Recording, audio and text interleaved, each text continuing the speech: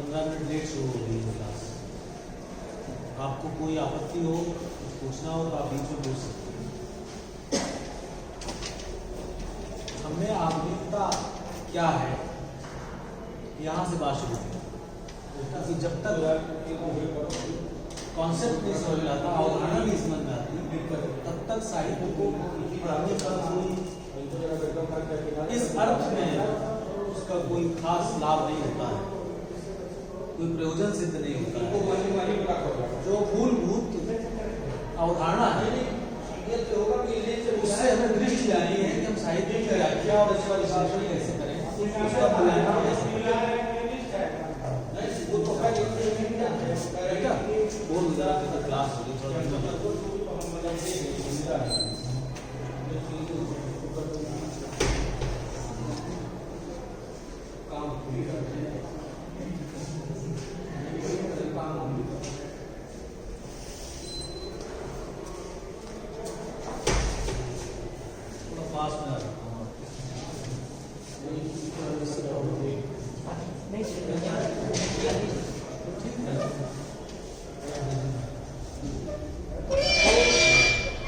आधुनिकता की जो प्रमुख विशेषताएं हैं उनकी बात शुरू की, ताकि आपके पास एक नजरिया आपको मिले कि हम साहित्य का या साहित्यिक रचनाओं का, देखिए रचनाएं तो असंख्य होती हैं, रोज रचनाकार रोज कुछ न कुछ सृजन करते हैं और लगातार साहित्य का विकास, उसका संवर्धन और परिवर्धन होता है।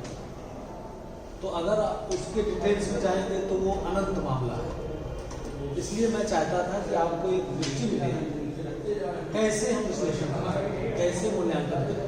आलोचना का जो काम है, रचना, पता नहीं ये बात मैंने पहले बताई है कि नहीं, रचना का तरीका है संश्लेषण। संश्लेषण का अर्थ होता है ये जो पूरी दुनिया है, इस दुनिया में असंख्य चीजें हैं और वो असंख्य चीजें एक दूसरे से छिटकी हुई नहीं है, एक दूसरे से जुदा नहीं है, बल्कि एक दूसरे से गुथी हुई है, संश्लिष्ट, उनमें एक अंतर संबंध है। There is an inter relation.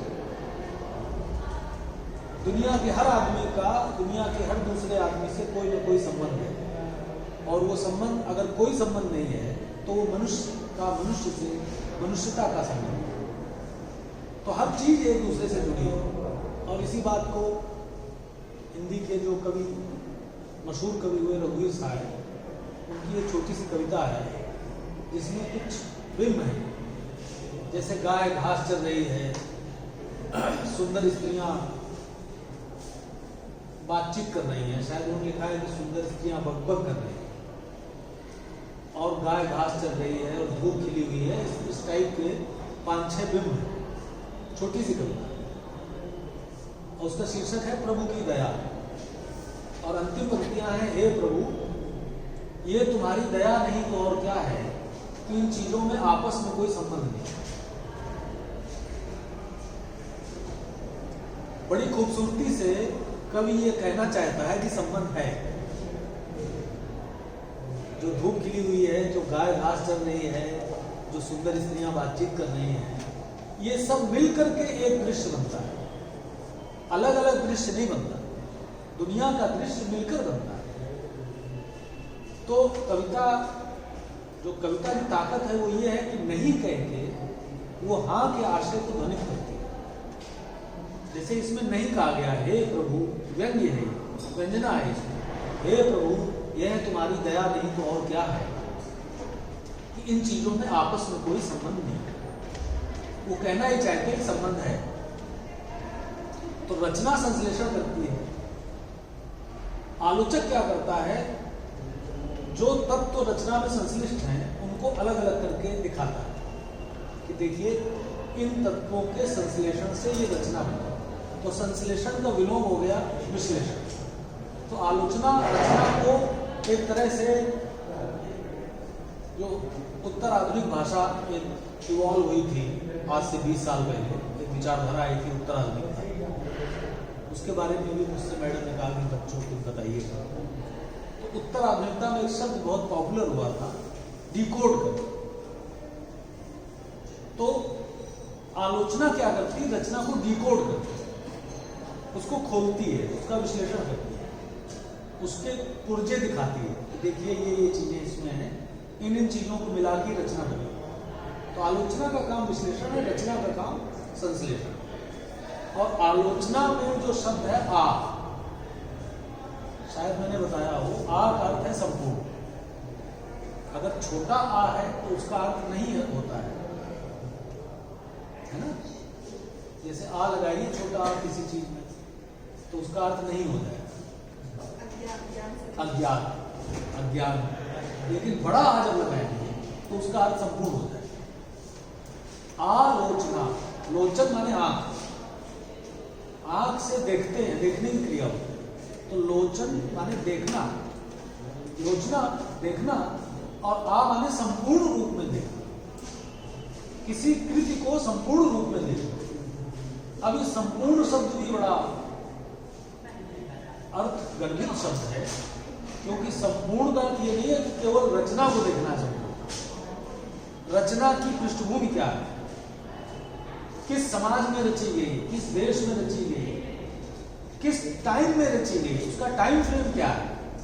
सबसे इंपॉर्टेंट चीज होती है रचना का देश काल क्या है। देश यानी कि जगह, कानपुर में रची गई, अमेरिका में रची गई। तो देश और काल, काल का अर्थ है टाइम। 2022 में या सन 1622 में या गौतम बुद्ध के आज से 2300-2400 साल, या वैदिक काल में बुद्ध के भी पहले। तो रचना का टाइम फ्रेम क्या है और रचना की लोकेशन क्या है, ये बहुत इंपॉर्टेंट है। इसके बिना आप रचना को संपूर्णता में नहीं देख सकते। और जो रचनाकार है उसकी सामाजिक, राजनीतिक, सांस्कृतिक पृष्ठभूमि क्या है, उसकी विचारधारा क्या है, उसका नजरिया क्या है, वो कैसे देखता है चीजों को, ये सारी चीजें आलोचना में आती हैं। तभी आप किसी रचना का संपूर्ण विश्लेषण और व्याख्या कर सकते हैं। और आलोचक का काम सिर्फ व्याख्या और विश्लेषण तक सीमित नहीं है, बल्कि इसके एक कदम आगे जाके जो अंतिम पायदान है आलोचना का, वो है मूल्यांकन। मूल्यांकन माने उसको मूल्य बताना है रचना की, रचना क्यों इंपॉर्टेंट है। ये हमारे समाज के लिए, हमारी सभ्यता के लिए, मनुष्यता के लिए ये रचना कितनी मूल्यवान है। तो यहां जाकर के आलोचना का काम उसको एक तरह की समग्रता मिलती। इसलिए हमने आपको जो क्लासेस ली, 2 क्लासेस ली, उसमें हमने यही आधुनिकता को एक्सप्लेन किया कि उसकी पहली विशेषता है ईश्वर की विदाई। और उसका कारण है कि आधुनिक युग में वैज्ञानिक आविष्कार हुए। ब्रूनो जो थे रोम में, आपने शायद सुना हो या ना सुना हो, ब्रूनो नाम के विचारक थे, वैज्ञानिक थे, और उन्होंने कहा कि सूर्य नहीं घूमता है, सूर्य स्थिर रहता है आकाश, केवल पृथ्वी घूमती है। अन्य ग्रह घूमते, सूर्य नहीं घूमता, सूर्य स्थिर रहता है। तो मालूम है ये 15वीं शताब्दी या 16वीं शताब्दी की घटना है। उस समय का जो समाज था वो मानता था कि सूर्य भी घूमता है। जिंदा जला दिया गया था सूर्य। और क्या क्रिश्चियनिटी जो थी वो ये मानती थी कि सूर्य घूमता है। इन्होंने कहा कि नहीं घूमता है, स्थिर रहता है, पृथ्वी घूमती है। तो एक ठूठ जानते होंगे आप, ठूठ में बांध के जिंदा जला दिया गया गुरु को। पोप के आदेश से, पोप तो वही होते हैं ना, रोम, इटली की राजधानी में। तो इटली में ब्रूनो को जिंदा जला दिया गया था, सोचिए आप। फिर उसी ब्रूनो का शिष्य हुआ गैलीलियो, नाम सुना होगा, बहुत मशहूर नाम। गैलीलियो ने क्या किया कि दूरबीन बनाई। दूरबीन गैलीलियो के बनाने के थोड़ा सा पहले भी किसी ने बनाई थी, गूगल पे आपको नाम मिल जाएगा। लेकिन जब गैलीलियो को पता लगा कि दूरबीन बन चुकी है, तो उसने, जिसने बनाई थी दूरबीन, उनकी मदद लिए बिना गैलीलियो ने स्वयं बना ली दूरबीन, और दूरबीन से दिखाया लोगों को कि देखिए सूर्य नहीं घूम रहा है, पृथ्वी घूम रही है। उसको जिंदा नहीं जलाया गया क्योंकि उसने दूरबीन बना, वो शिष्य था ब्रूनो का। हिंदी में एक बेमिसाल एक अमर कविता लिखी है आलोक धनवा ने, जिसका नाम है ब्रूनो की बेटियां। आप पढ़िए, उनकी किताब राजकमल प्रकाशन से प्रकाशित है, कविता संग्रह है। कविता संग्रह का नाम है दुनिया रोज बनती है, आलोक धनवा। आजकल मैं उनसे एक लंबा इंटरव्यू कर रहा हूँ, जो कि उसके टुकड़े लगाता रहता हूँ। आज मैंने कहा कि कल मैंने रात में कहा कि आज बात नहीं हो पाएगी, मुझे क्लास लेनी है। तो ओमिक्रॉन के कारण मुझे एक बेनिफिट ये रहा कि मैंने उसको नेगेटिव चीज़ को पॉजिटिव कर लिया। मैंने एक लंबा इंटरव्यू, लगभग किताब के आकार का वो बन रहा, आधा काम हो चुका, आधा बचा। ब्रूनो की बेटियां आप पढ़ लेंगे तो आप रोमांचित हो जाएंगे। आपके जो खून होता है ना, रोमांच हो जाएगा, आपकी शिराओं में, ब्लड में आपको महसूस होगी कविता की ताकत ही होती है। कविता आपको रोमांचित करती है, अपने सौंदर्य से अभिभूत करती है और विचारोत्तेजित करती है और आपको बदल देती है। अशोक वाजपेयी जी ने लिखा है कि कविता पढ़ने के बाद हम वही नहीं रह जाते जो कविता पढ़ने के पहले थे। हमने कुछ जुड़ जाता है, कुछ बदल जाता है, कुछ हमें घटित हो जाता है, घट जाता है। उन्होंने लिखा है, तो घट जाने का अर्थ माइनस हो जाना नहीं, घट जाना माने घटित हो जाता है। Something happens with in you, with in us after reading poetry. तो पोएट्री ट्रांसफॉर्म करती है आपको एक दूसरे, जिस संसार में आप हैं, जो संसार है हमारा, वो थोड़ा असह्य है, अनबिलीवेबल संसार है। अगर आप सेंसिटिव होंगे, अपनी जिंदगी के अनुभव से देखेंगे, तो ये जिंदगी कोई मतलब बहुत खूबसूरत है दुनिया, लेकिन असहनीय भी है, जिंदगी इनटॉलरेबल भी है। इसीलिए गालिब ने टॉन्ट किया, व्यंग किया।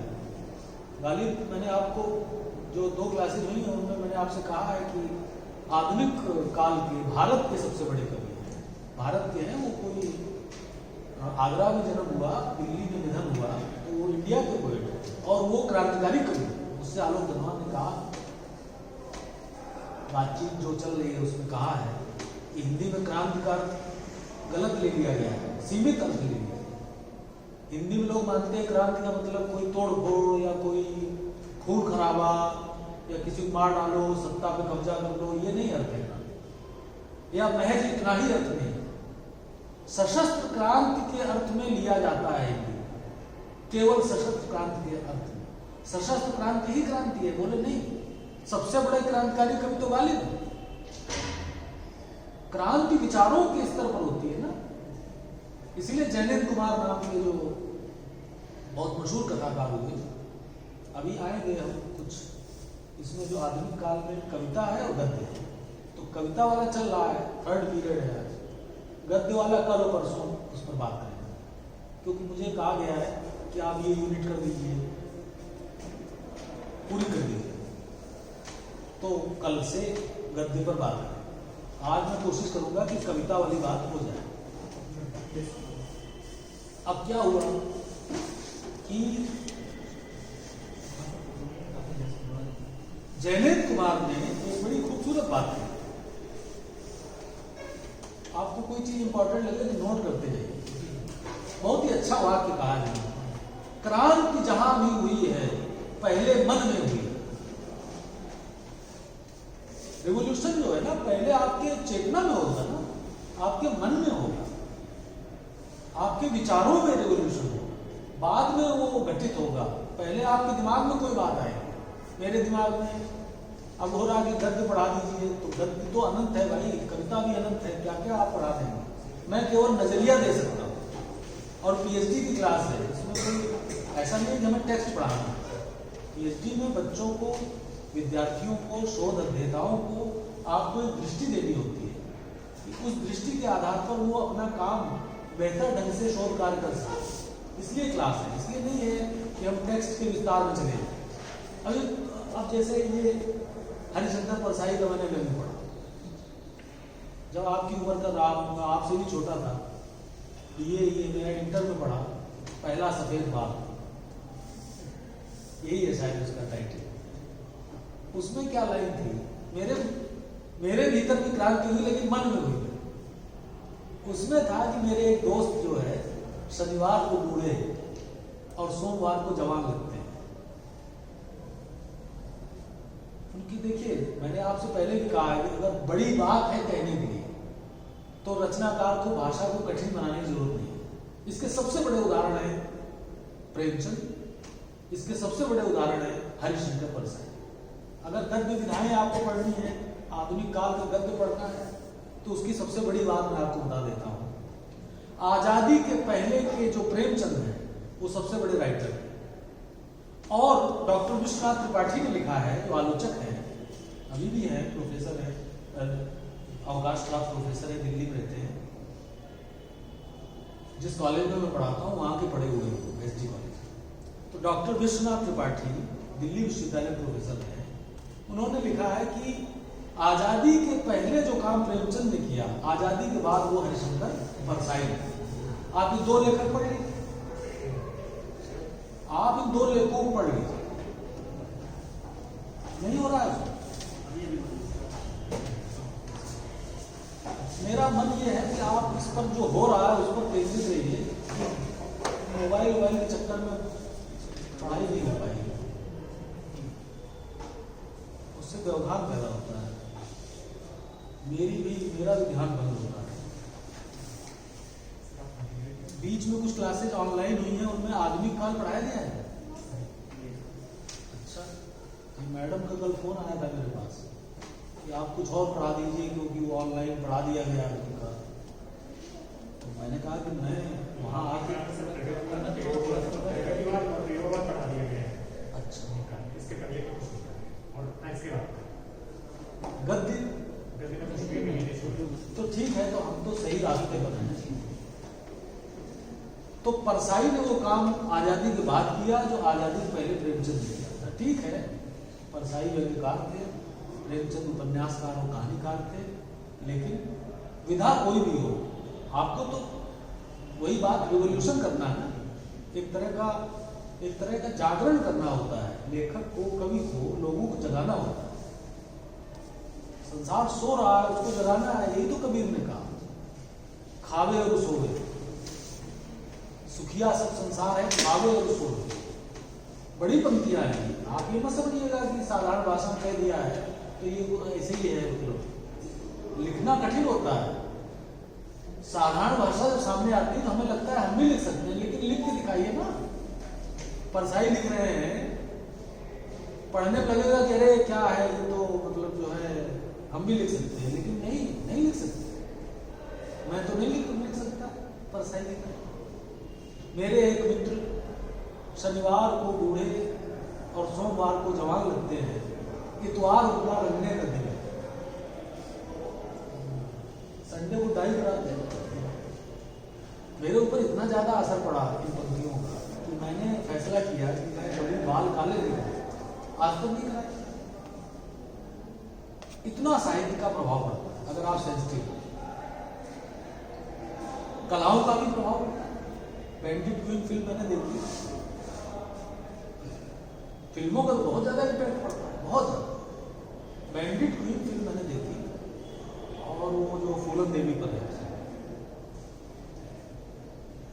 उसमें वो जो डकैत है लाला राम, अगर आपने देखी हो, न देखी हो जरूर देखो।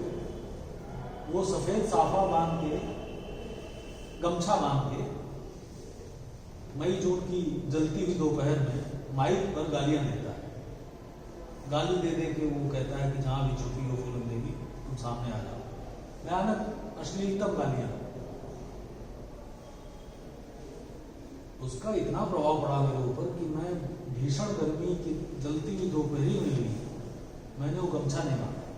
मुझे उसकी याद आती रही उस दृश्य की कि ये गमछा तो बहुत खराब, बहुत क्रूर आदमी बांध सकता है जिस तरह से गालियाँ। हालांकि ये बात सही नहीं है, लेकिन उसका इतना असर पड़ा। ऐसे ही इसका पर एक बार उसने कहा हेयर ड्रेसर ने कि बाल काले करा लीजिए, डाई करा लीजिए। मैंने उसकी ओर देखा, मेरे मुंह से एक वाक्य निकला कि मृत्यु के लिए डाई कहाँ से लाऊं। वो बड़ा चकित हुआ, बिल्कुल बोला नहीं, मुझे सहम गया। मृत्यु के लिए कोई डाई है क्या?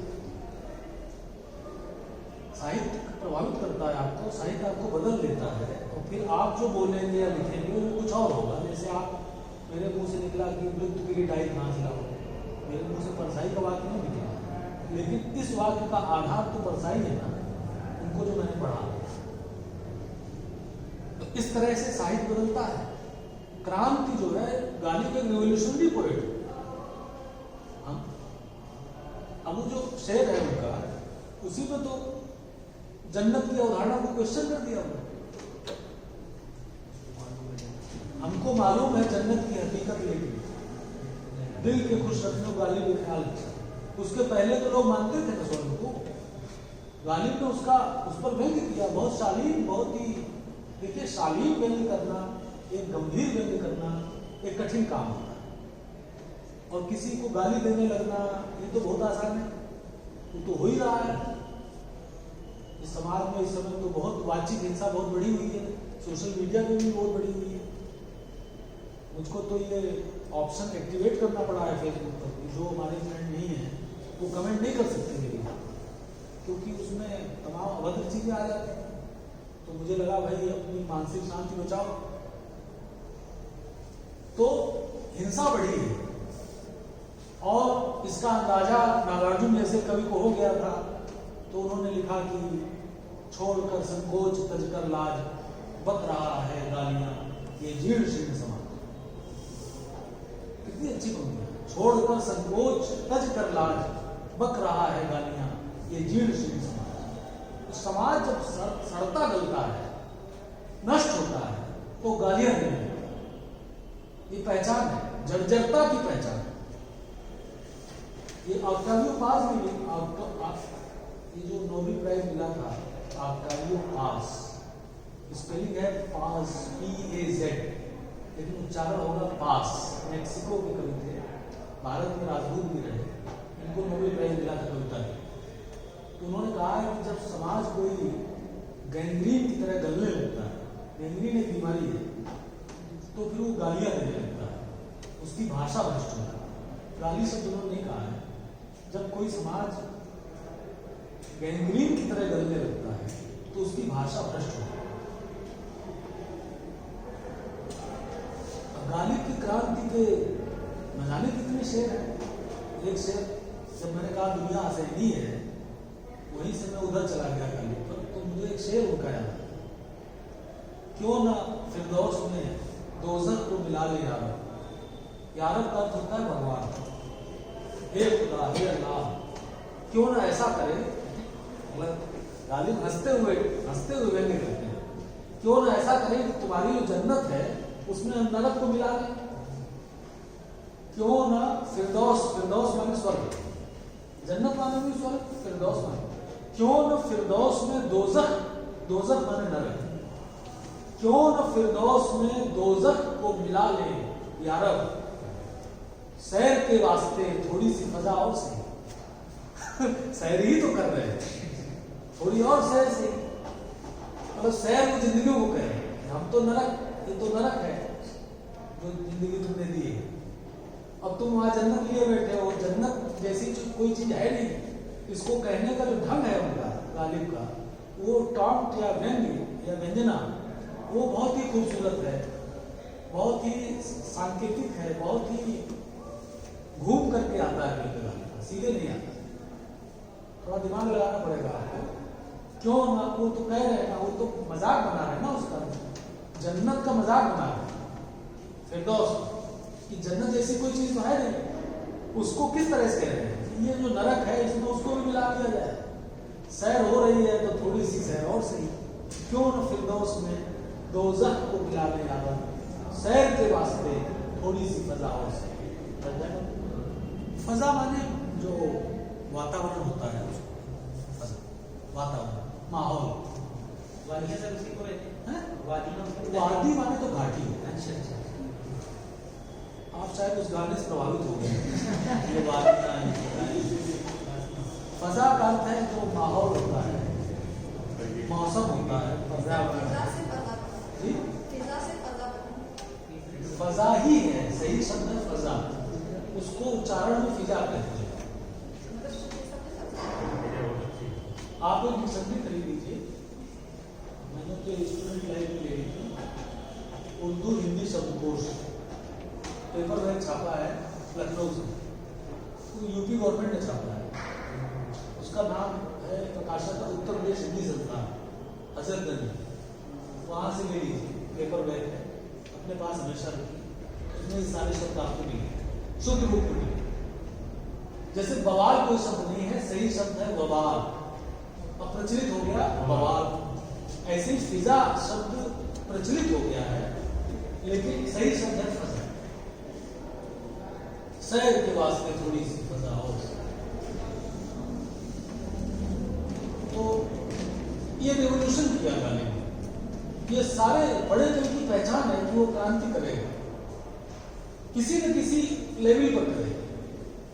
जयशंकर प्रसाद ने, निराला ने भी, और वो क्रांति केवल विचार के स्तर पर नहीं होती है, कला के स्तर पर भी।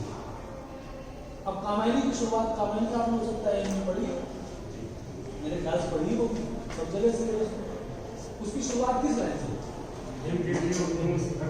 बैठ तो पीएचडी छात्र है। हाँ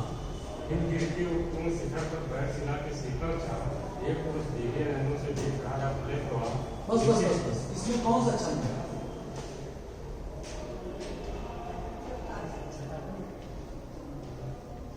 नहीं, मूल रूप में ये आला छंद, सोचिए। और प्रसाद जैसा सौंदर्य का इतना परिष्कृत कवि, जिसने हिंदी कविता की भाषा बदल दी, और उसको पढ़ के लगता है कि आप एक नई दुनिया में आ गए हैं। नील परिधान भी सुकुमार खिल रहा, खुल रहा मृदुल मधुरा, खिला हो जो बिजली का फूल। पिछली क्लासेस में मैं आपको इस प्रसंग के कुछ और पंक्तियां थी, गिर रहे थे गुजराले बाग, अनसंरक्षित, अद्भुत सौंदर्य, इतना अच्छा सौंदर्य वर्णन, इतना उत्कृष्ट सौंदर्य वर्णन मैंने आपको पहले भी कहा, आज फिर कह रहा हूं, समूचे आदमी काव्य में नहीं किया किसी कवि ने।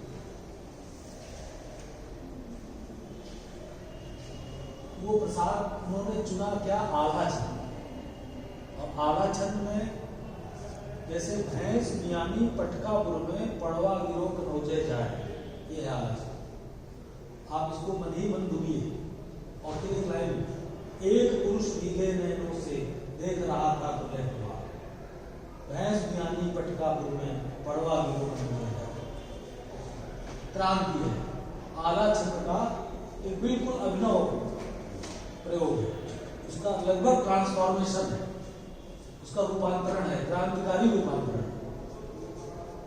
इतना रूपांतरण भी आप पहचान नहीं पाएंगे। गांधी जी ने जो ट्रांसफॉर्मेशन किया, ये 3 पीस पहनने वाला सूटेड बूटेड बैरिस्टर जो हैट भी लगाता था, जिसने वायलिन बजाना सीखा था, उसने सब सारे काम किए थे गांधी जी ने, जिससे उन्हें पश्चिम में एक आधुनिक सभ्य व्यक्ति माना गया।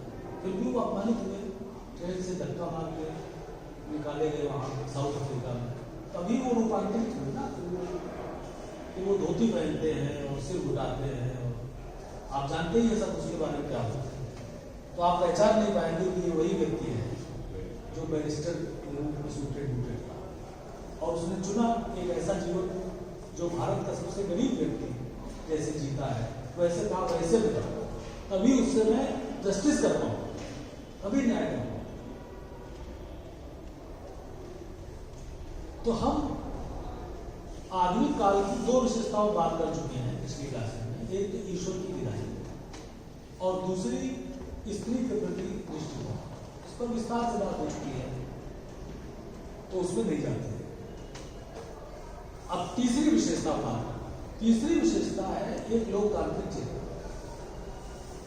जो कि आपको आधुनिक काल में मिलेगी, आधुनिक साहित्य में मिलेगी।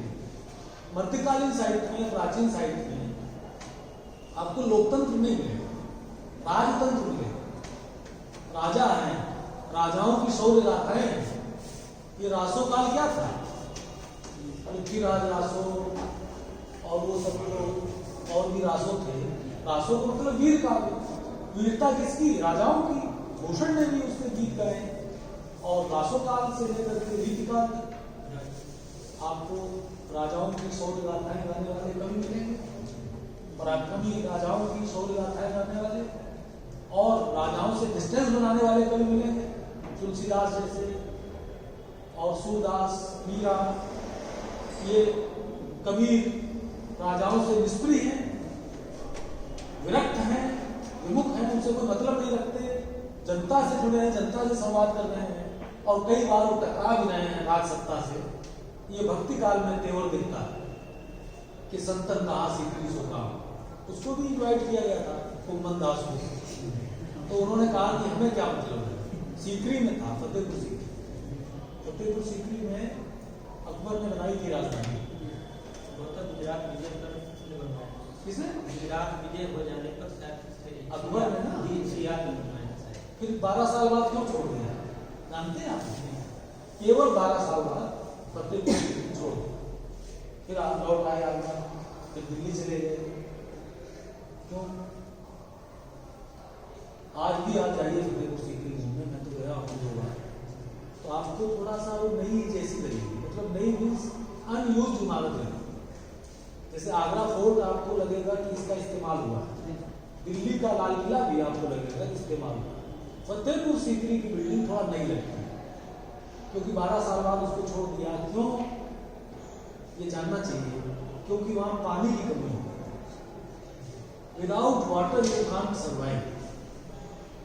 पानी के बिना नहीं जीवन नहीं सकता। जितनी बड़ी सभ्यताएं हैं, बड़े नगर हैं, राजधानियां हैं, सरसब्ज गांव हैं, अमीर गांव हैं, सब नदियों के किनारे। कारण पटना, दिल्ली यमुना नदी, हालांकि हम इसको काले पानी की असह्य नदी बना दिया गया है।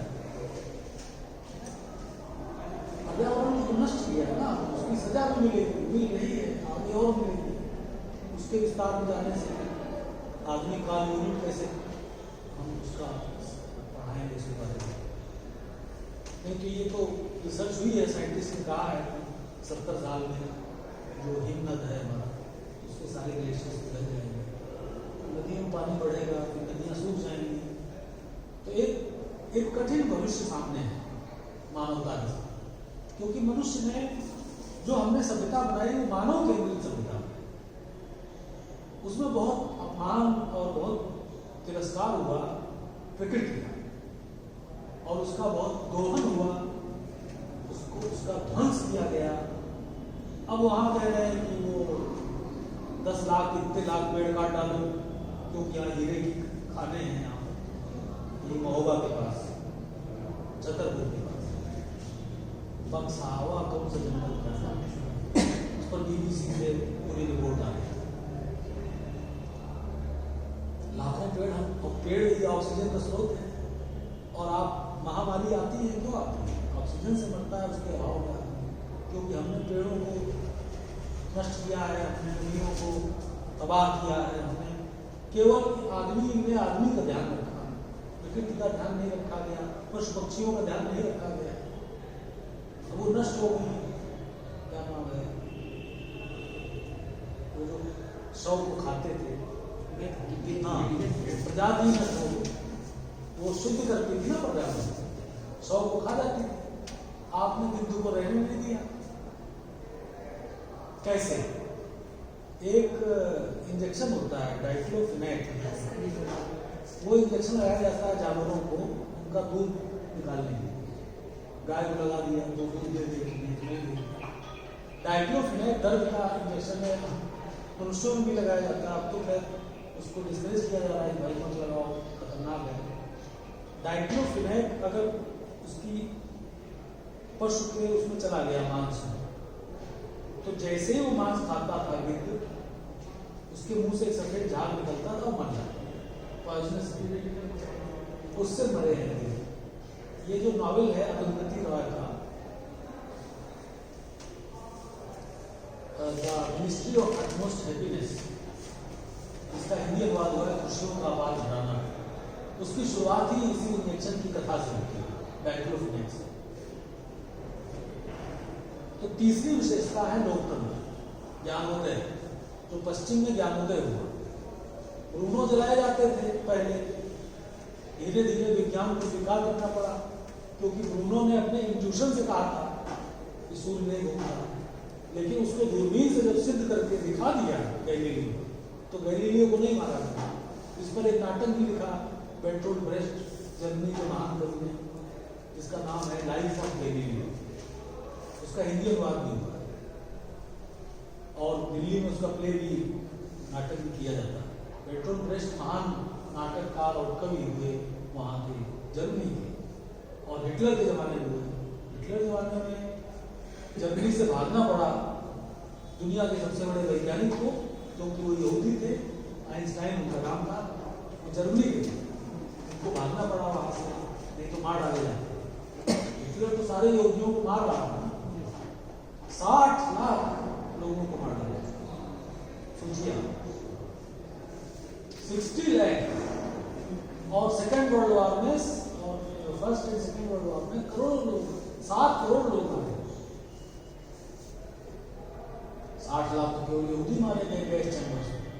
वहां से भागे आइंस्टाइन, बेर्टोल्ड ब्रेस्ट भागे, बच गए, दूसरे देशों में भटकते रहे, इतने देशों में भटकते रहे कि उन्होंने कविता में लिखा है कि मैंने जूतों से ज्यादा देश बदले, उनकी प्रसिद्ध बनी। और उनके दोस्त थे जो बहुत बड़े चिंतक हुए, वॉल्टर बेंजामिन, बहुत ही बड़े। आप पढ़ लेंगे तो आपको लगेगा ये भी दुनिया बदल गई। आप मन में क्रांति करने वाले हैं वॉल्टर।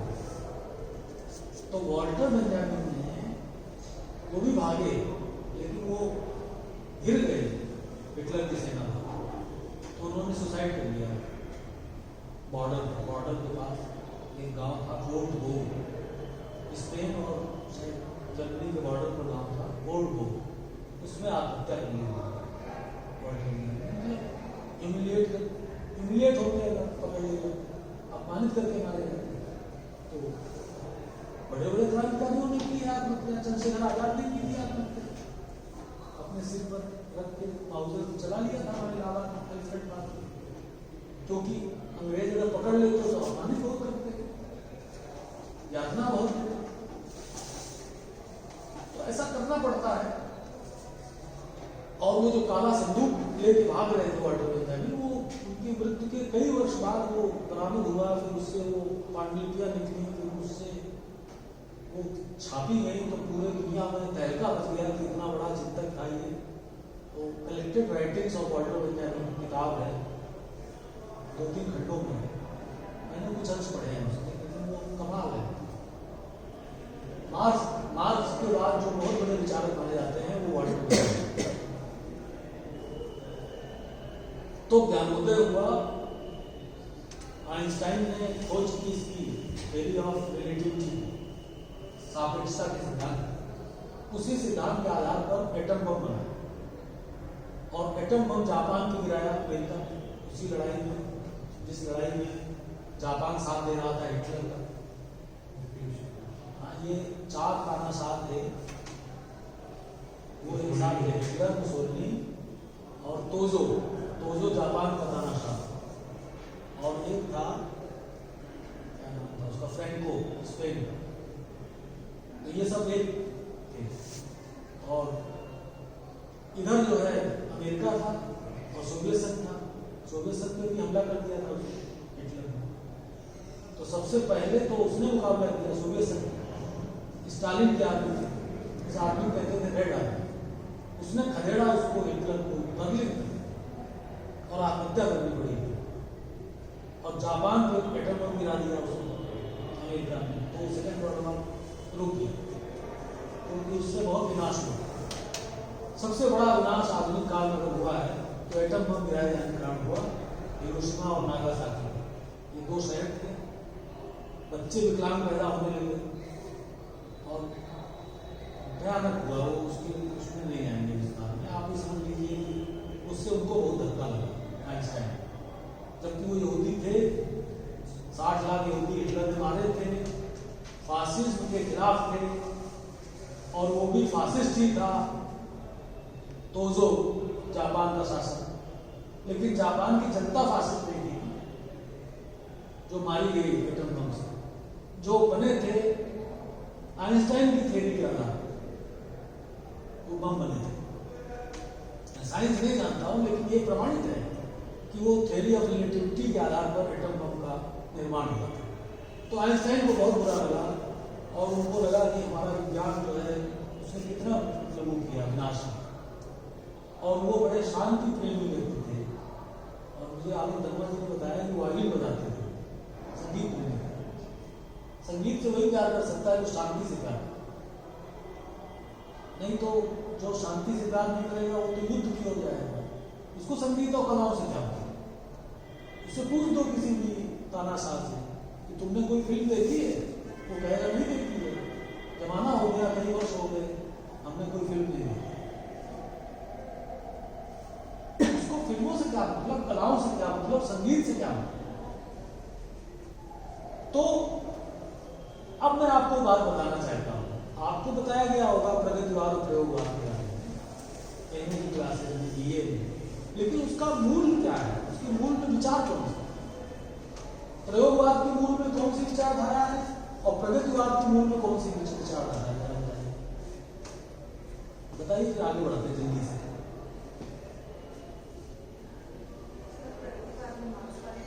जी बिल्कुल सही।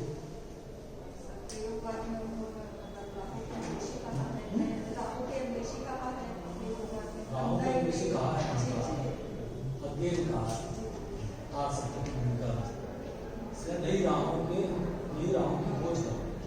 लेकिन मेरा सवाल ये नहीं है, नई राहों की खोज वो कर रहे थे, लेकिन वो किस विचार से प्रभावित थे? मार्क्सवाद से प्रभावित थे? नहीं, अस्तित्ववाद से प्रभावित थे? हाँ थे, लेकिन अस्तित्ववाद के मूल में भी वर्ल्ड वॉर था और मूल विचारधारा उनकी अस्तित्ववाद नहीं है। अस्तित्ववाद तो उनके नॉवेल में है, अपने अपने अजनबी में, लेकिन जो कविताएं उनकी हैं जैसे हरिदास कृष्णवर, उसमें अस्तित्ववाद नहीं है। आओ बैठे हरिदास पर, और ये संकोच न करें कि लोग कहेंगे कि धुंधले में धुमके दो प्रेमी बैठे है, एक आधुनिकता है इसमें, लेकिन मार्क्सवाद तो नहीं, क्रांति की बात तो नहीं कर रहा है। क्या है इसके मूल में कौन सा विचार? नहीं, ना ना ना, इसके मूल में है आधुनिकतावाद, मॉडर्निज्म, मॉडर्निटी नहीं, मॉडर्निज्म। समझिए, यही सब चीजें समझने की हैं। आप पीएचडी के छात्र हैं, मेरा सौभाग्य है कि मुझे मौका मिला आपसे संवाद करने का।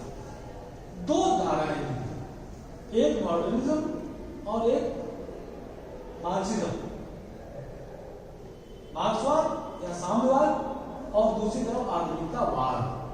आधुनिकतावाद की जो मूल है कि वो लोग संसदीय लोकतंत्र को पसंद करते हैं कि एक पार्लियामेंट होगा, चुनाव होगा, और चुनाव में जो जीतेगा उसकी सरकार होगी, और इतनी स्वतंत्रता होनी चाहिए कि हम जिससे चाहे उससे प्रेम कर सकें, जिससे चाहे उससे शादी कर सकें। तभी ना वो लिख रहे हैं हरिदास और शर्मा। लेकिन वो पूरे समाज को, पूरी व्यवस्था को बदलने की बात नहीं करते। असाधुना उनकी पहले संग्रह से लेकर चिंता इत्तिलम हरिदास और छड़वर से लेकर असाधुना तक कहीं भी वो ये बात नहीं करते कि पूरी व्यवस्था को बदलना है, ये व्यवस्था अन्याय करती है। ये व्यवस्था कौन सी व्यवस्था है? जिस व्यवस्था में हम लोग जी रहे हैं, इस व्यवस्था को कहते हैं लोकतंत्र। लेकिन ये लोकतंत्र कौन सा है? पूंजीवादी लोकतंत्र। पूंजीवादी लोकतंत्र, पूंजीवादी लोकतंत्र का अर्थ होता है कि जहां पूंजीवादियों को व्यापार करने की खुली छूट है और पैसा कमाने की, और कमाने की नहीं बल्कि पैसे के संग्रहण की खुली छूट है। भारत में रहते हैं और दुनिया की सबसे ज्यादा गरीबी भी भारत में मिलेगी, इतनी बड़ी विषमता मिलेगी। ये पूंजीवादी लोकतंत्र है। तो मार्क्स ने क्या लिखा कम्युनिस्ट मैनिफेस्टो में?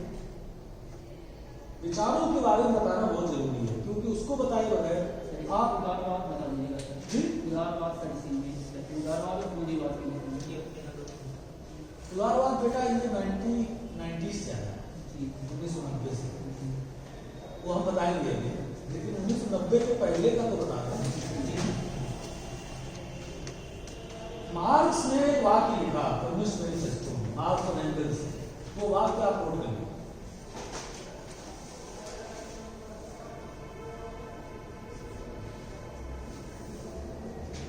पूंजीवादी लोकतंत्र में सरकार,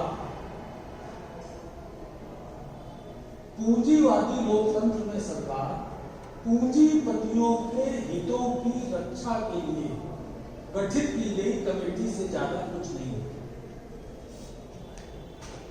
पूंजीवादी लोकतंत्र में सरकार पूंजीपतियों के हितों की रक्षा के लिए गठित की गई कमेटी से ज्यादा कुछ नहीं।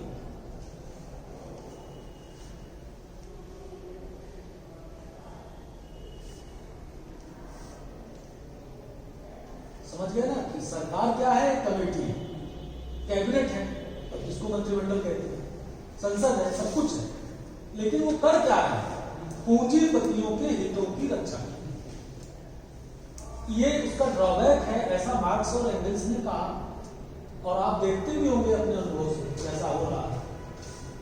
पूंजीपतियों को प्रमोट किया जा रहा है। अभी भी जो बजट पेश हुआ है उसमें कॉर्पोरेट टैक्स 18% से घटा के 15%। मिडिल क्लास को इनकम टैक्स की दरों में कोई बदलाव नहीं हुआ, लेकिन 18% घटा के 15% कॉर्पोरेट टैक्स की। कॉर्पोरेट जो घराने हैं, पूंजीपति घराने हैं, उनको ये सुविधा या एक रिलैक्सेशन बेनिफिट दिया गया है।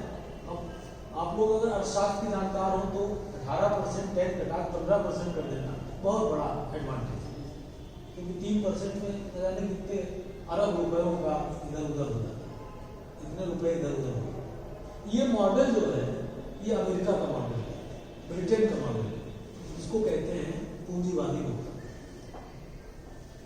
और जो मॉडल सोवियत संघ ने अपनाया वो था मार्क्स का मॉडल, साम्यवाद का मॉडल, जिसको समाजवाद भी कहते थे, सोशलिज्म कहते थे। सोशलिज्म जब अपनी चरम अवस्था को पहुंचता है तो साम्यवाद बनता है। साम्यवाद का अर्थ है समाज में विभाजन नहीं होगा, ऊंच नीच नहीं होगा, वर्ग नहीं होगा, वर्गहीन समाज होगा। यानी वर्ग middle class, upper middle class, lower middle class, lower class और अपर क्लास, इस तरह से आमदनी के आधार पर मार्क्स ने देखा था कि समाज हमारा वर्गों में विभाजित है। लेकिन जब आर्थिक क्षमता दूर की जाएगी तो फिर वर्ग नहीं रहेगा। और अंतिम जो सपना उन्होंने देखा मार्क्स ने वो था कि राज्य में सरकार नाम की चीज नहीं होगी, एक राज्यहीन समाज। क्योंकि सरकार क्या करेगी? सरकार उत्पीड़न करेगी, सरकार दमन करती है। तो हमें एक ऐसा समाज चाहिए जिसमें कोई सत्ता न हो और वर्ग न हो। उसको, उस व्यवस्था को कहते हैं साम्यवाद। समाजवाद की भी एडवांस हिस्ट्री है। तो भारत में दो प्रकार के साहित्यकार हुए आधुनिक काल, यानी कि इसका प्रभाव निराला जी पर पड़ा है। क्योंकि इलाहाबाद में दो गुट बन गए, एक प्रगतिवादियों का बन गया और एक बन गया परिमल गुट। परिमल नाम की एक संस्था थी, वो संस्था साम्यवाद से सहमत नहीं थी, लेकिन वो इससे सहमत थी, संसदीय लोकतंत्र से। और उसका ये था कि संसदीय लोकतंत्र का जो फ्रेमवर्क है, इसी फ्रेमवर्क में व्यक्ति की भी स्वतंत्रता है और लोकतंत्र के जो बुनियादी 3 सिद्धांत हैं, लोकतंत्र 3 सिद्धांतों पे आधारित है। बताइए, जो पश्चिमी लोकतंत्र है, जो अमेरिका का मॉडल है, उसके 3 बुनियादी सिद्धांत हैं लोकतंत्र, इन पर चलता है।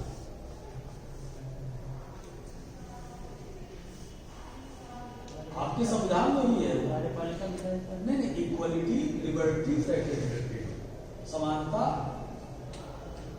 स्वतंत्रता और फ्रेटर्निटी अर्थ है बंधुत्व। इन तीन आधारों पर चलता है लोकतंत्र। पूंजीवादी लोकतंत्र भी दावा यही करता है कि सब समान होंगे, सबको समान अवसर होगा, सब स्वतंत्र होंगे, सब स्वाधीन होंगे और सब में आपस में भाईचारा। लेकिन वो हो नहीं पाता। एक वर्ग विभक्त समाज में मार्क्स का कहना था कि ये संभव नहीं है। दावा तो है, बाहर से तो दावा है, लेकिन भीतर खोखला है मामला।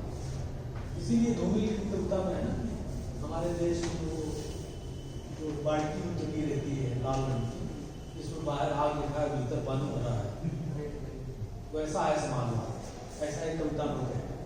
तो उसका अर्थ यही कि बाहर से आप इक्वलिटी, लिबर्टी, फ्रेटर्निटी दावा कर रहे हैं, भीतर जो है खोखला है। ये जो साम्यवाद से प्रभावित कवि थे, नागार्जुन थे, हिंदी में जो प्रबल धारा रही, सबसे प्रबल धारा रही कविता में, वो मार्क्सवादी धारा रही। और इसकी शुरुआत निराला से हुई। निराला को प्रभाव पड़ा, इलाहाबाद में रहते थे निराला, तो वहाँ मार्क्सवादियों का एक, प्रगतिवादियों का एक समूह बना। तो निराला ने चिट्ठी लिखी जानकी वल्लभ शास्त्री को, जो उनकी कविता को प्रेम करते थे, एक तरह से उनके फॉलोअर थे, अनुयायी थे। तो उनको पत्र लिखा कि यहाँ पर कुछ साम्यवाद की बात करने वाले लोग हैं, जो पेशे से वकील हैं, बड़े बड़े प्रोफेसर हैं, वकील हैं। चूंकि ये स्वयं बहुत अमीर हैं, निराला पत्र में लिखते हैं, इसलिए देखना होगा कि आगे चलकर इसका क्या होगा। डाउट, संदेह व्यक्त, क्योंकि खुद अमीर लोग गरीबों की बात कर रहे हैं, ऐसा वो कहते हैं। गरीब नहीं कर रहे, किसान और मजदूर की बात कर रहे हैं। मार्क्स ने क्या कहा? मुक्ति समाज की तब होगी जब समाज का सबसे गरीब व्यक्ति मुक्त होगा, मजदूर, क्योंकि पूंजीवाद ने मिलें बनाई हैं, फिलहाल इंडियन मिल, और उन मिलों में मजदूर काम करते हैं। और मजदूर को उन्होंने कहा कि प्रोलेटेरिएट एक शब्द है, उसका अर्थ हुआ सर्वहारा। दे हैव लॉस्ट एवरीथिंग, उनके पास कुछ नहीं है। इसीलिए कम्युनिस्ट मैनिफेस्टो में उन्होंने कहा, दुनिया के मजदूरों एक हो, तुम्हारे पास खोने के लिए सिर्फ जंजीरें हैं और पाने के लिए कोई नहीं।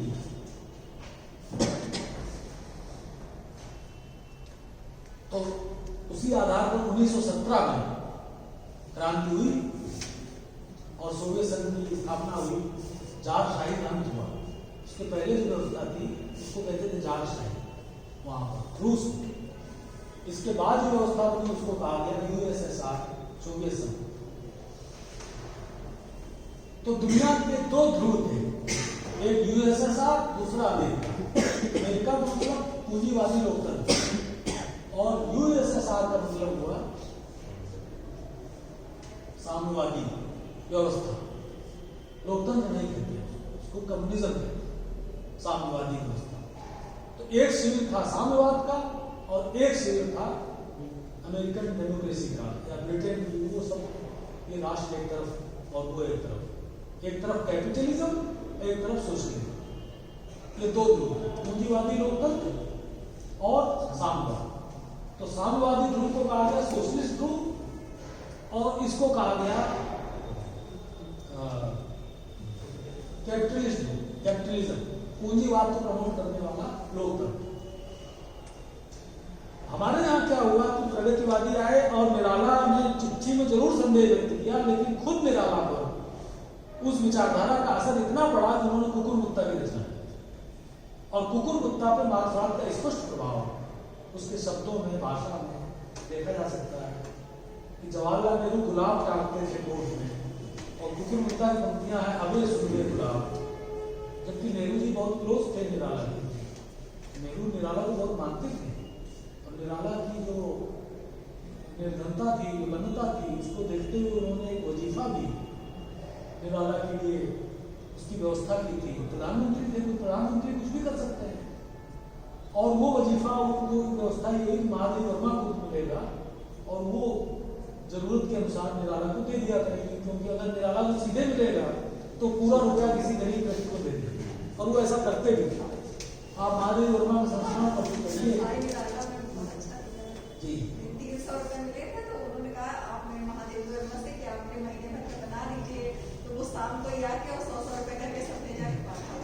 4 दिन में सब खत्म हो गया, कोट दे देते थे अपना।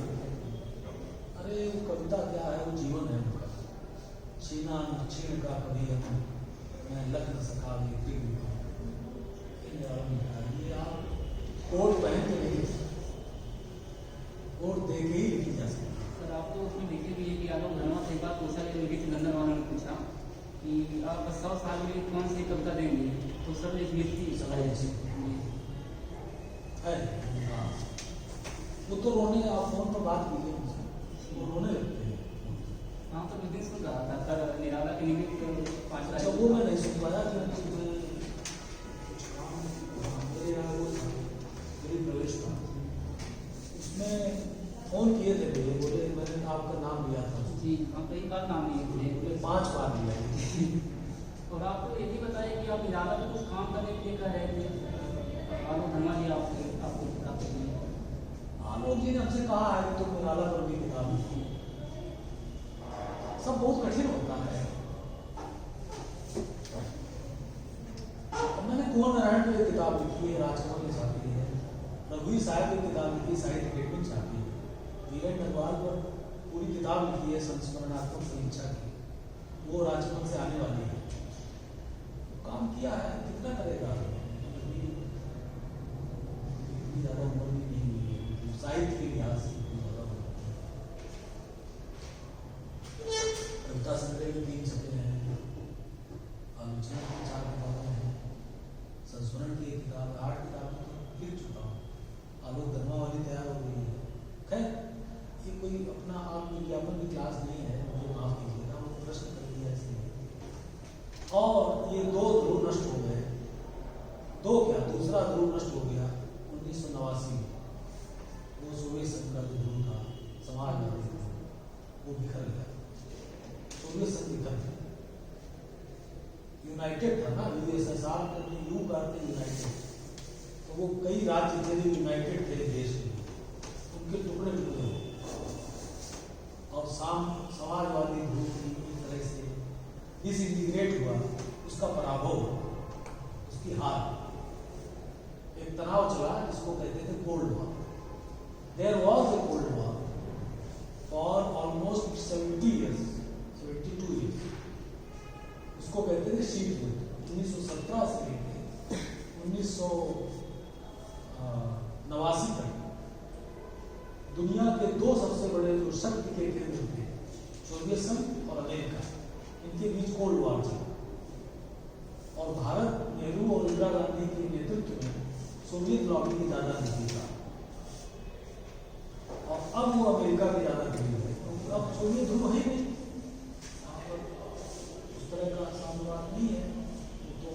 तो बिखर गया सपना, जो सपना मार्क्स ने देखा था, और उस सपने को कार्य रूप में परिणत किया था लेनिन और बोल्शेविक क्रांति हुई थी, तो वो सपना तो बिखर चुका है और उसकी पराजय हो चुकी है समाज में। आप पूछना एक बात है, तो इलाहाबाद में क्या हुआ, 2 ग्रुप बने, परिमल और प्रगतिवादी। परिमल जो थे वो उनका था कि लोकतंत्र भी हो, आत्मकता भी हो, इक्वलिटी लिबर्टी फ्रेटर्निटी भी हो, और समाजवाद भी हो, लेकिन वो समाजवाद का इंडियन मॉडल, वो मार्क्सिस्ट मॉडल नहीं, भारतीय मॉडल। तो उस भारतीय मॉडल के निर्माता माने गए राम मनोहर लोहिया, डॉक्टर राम मनोहर लोहिया। डॉक्टर राम मनोहर लोहिया से प्रभावित थे ये सारे साहित्यकार, जिनमें थे विजय देवनारायण शाही, जिनमें थे मुख्य रूप से शाही भी थे, रघुवीर साहब थे, इसी में फणीश्वर नाथ रेणु थे, इसी में धर्मवीर भारती थे। तो एक ये बना, मतलब जो है इसमें बहुत सारे साहित्यकार जो अज्ञेय से प्रभावित, अज्ञेय थे राम मनोहर लोहिया से प्रभावित। अज्ञेय, विजय देवनारायण शाही, रामसूर चतुर्वेदी, और ये मेरे ख्याल से लक्ष्मीकांत वर्मा भी, और धर्मवीर भारती, फणीश्वर नाथ रेणु, रघुवीर साहब बहुत बड़े कवि। और दूसरी धारा चली मार्क्सवादी, जिसमें सबसे पहले कुकुर कुत्ता को आप मान सकते हैं साम्यवाद से प्रभावित, और फिर उसके बाद आते हैं नागार्जुन। मुक्तिबोध बहुत बड़े मार्क्सिस्ट कवि हैं। और फिर आते हैं त्रिलोचन, केदारनाथ अग्रवाल, शमशेर बहादुर सिंह, सारे मार्क्सिस्ट। और फिर आगे बढ़ के जो बड़े कवि आते हैं वो हैं कुंवर नारायण, लेकिन मार्क्सिस्ट नहीं है। वो भी एक तरह से आप मान सकते हैं कि ये पूंजीवादी लोकतंत्र को पसंद करने वाले कवि हैं, जिनको आलोक वर्मा ने सही कहा है सोशल डेमोक्रेट। तीन कुंवर नारायण, केदारनाथ सिंह और रघुवीर शाह, जिनमें रघुवीर शाह स्पष्ट रूप से लिखते हैं कि मैं विचारों की दृष्टि से मुझे आप लोहियावादी समाजवादी कहते हैं। समाजवाद मतलब भारतीय मॉडल का समाजवादी हूं, उसमें भी लोहियावादी, क्योंकि भारतीय समाजवादी मॉडल में भी कई विचारक हैं। लोहिया जी हैं, आचार्य नरेंद्र देव हैं और जयप्रकाश नारायण। तो लेकिन अंततः भारत में भी पूंजीवादी लोकतंत्र की ही विजय हुई और पूरी दुनिया में पूंजीवादी लोकतंत्र की विजय हुई। 1989 में सोवियत संघ बिखर गया। उसके जो समर्थक, जो पूर्वी यूरोप के देश थे जिनमें समाजवादी व्यवस्थाएं थी, वो पूर्वी यूरोप के देश भी बिखर गए। और आप ये कह सकते हैं कि जिस ईश्वर को विदा किया गया था उसकी वापसी हुई 1990 के बाद। सोवियत संघ में भी वापसी हुई, भारत में तो खैर उसका आप देख ही रहे हैं। अमेरिका में सब जगह जहां मंदिर था वहां मंदिर, जहां मस्जिद थी वहां मस्जिद, जहां चर्च थी वहां चर्च। इनका फिर से एक बार मतलब प्रभाव देखा जाता है। हालांकि मैं उस बात पर कायम हूं कि ये लहूलुहान आस्था का समय है, बावजूद इसके, क्योंकि आप इतिहास को लौटा नहीं सकते। इतिहास जहां आ चुका है पीछे नहीं जा सकता। तो मुक्तिबोध की जो कविता है अंधेरे में, उसमें डिबेट है मॉडर्निज्म के बीच में और मार्क्सिज्म के बीच। उस कविता को ध्यान से आप पढ़िए, उसमें वो अज्ञे की जो धारा है उस धारा से बहस करते हैं और उसे कन्फ्रंट करते हैं, मुठभेड़ करते हैं और कहते हैं स्वातंत्र व्यक्ति का वाद। आप जिस स्वातंत्र की बात कर रहे हैं, तो वो कहते हैं अज्ञे की धारा की, जो भारतीय समाजवादी धारा थी, कि ये लोग स्वतंत्रता की बात करते हैं, लेकिन हम स्वतंत्रता की बात नहीं कर रहे हैं, हम मुक्ति की बात कर रहे हैं। ये डिफरेंस आप याद रखिए। मार्क्सवादी जो साहित्यकार हैं, मुक्तिबोध, नागार्जुन, त्रिलोचन, केदारनाथ अग्रवाल, शमशेर बहादुर सिंह, इवन धूमिल, यहां तक, और फिर आगे गोरख पांडे तक और आज के कवियों तक मार्क्सवादी कवि हैं, वो बात करते हैं लिबरेशन, मुक्ति।